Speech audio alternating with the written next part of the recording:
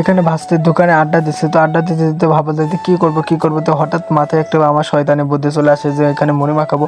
তো মুড়ি মাখানোর জন্য মরিচের ব্যবস্থা করলাম। তো মুড়ি এখন কী দিয়ে কাটা যায়, এদিকে আমার ভাস্তি দেখলাম যে ব্লেড দিয়ে কাটা শুরু করে দিছে।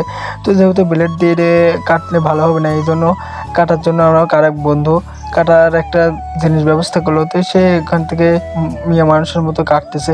তো আমি এখানে কি করব, তো তেলের বোতল নিয়ে এখানে ঢেলে দিচ্ছি। তো এখানে যেহেতু আমাদের সব কিছু কাটা কমপ্লিট হয়ে গেছে, এই জন্য তেলের বোতল। তো এখানে যেহেতু আমার ভাস্তির দোকান, যেহেতু এখান থেকে 1 প্যাকেট চানাচুর নিয়ে নিলাম। যেহেতু হাফ প্যাকেট হচ্ছে যে মুড়ি, সেইখানে 1 প্যাকেটই হচ্ছে বেস্ট দেওয়া হবে। যদি এটা ভাস্তির দোকান, কিন্তু টাকা কিন্তু আমাদের ঠিকই দিতে হয়। তো এখান থেকে আমার ভাস্তি হাত দিতে দিচ্ছিল না, ও তাকে যে আমি নিজেই মাখাবো।